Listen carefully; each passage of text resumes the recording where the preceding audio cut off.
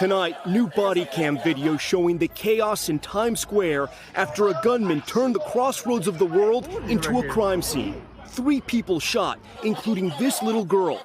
Watch as an officer applies a tourniquet, lifts her up, and rushes her to a nearby ambulance. A 23-year-old tourist also shot. The first shot went to my leg. Then I started screaming, asking for help. All of it part of a violent weekend that reached every corner of America. More than 400 people shot or killed. In South Florida, shoppers inside a mall hiding in terror as gunshots rang out. Outside, others running for safety. Sounds like more shots are still being fired. Keep a good distance. And in Colorado Springs, 6 people shot and killed in a birthday massacre. Police say the gunman taking his life. In Los Angeles, Chicago, Philadelphia, homicides and shootings are all on the rise compared to this time last year. In New York City, shootings are up a staggering 79%.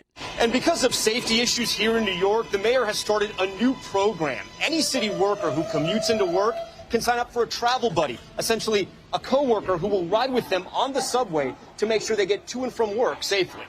The violence across the country is even surprising to criminal justice experts who say a spike in gun violence usually occurs after Memorial Day. You think this summer will be more violent? I do. This summer, the early trends indicate that we're going to have a more violent summer in 2021, and that's after we had a very disturbingly high summer of 2020. Tom, are the experts giving any reasons for the uptick?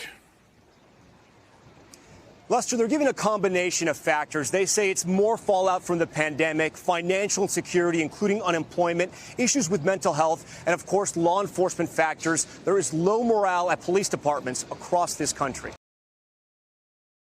Thanks for watching our YouTube channel. Follow today's top stories and breaking news by downloading the NBC News app.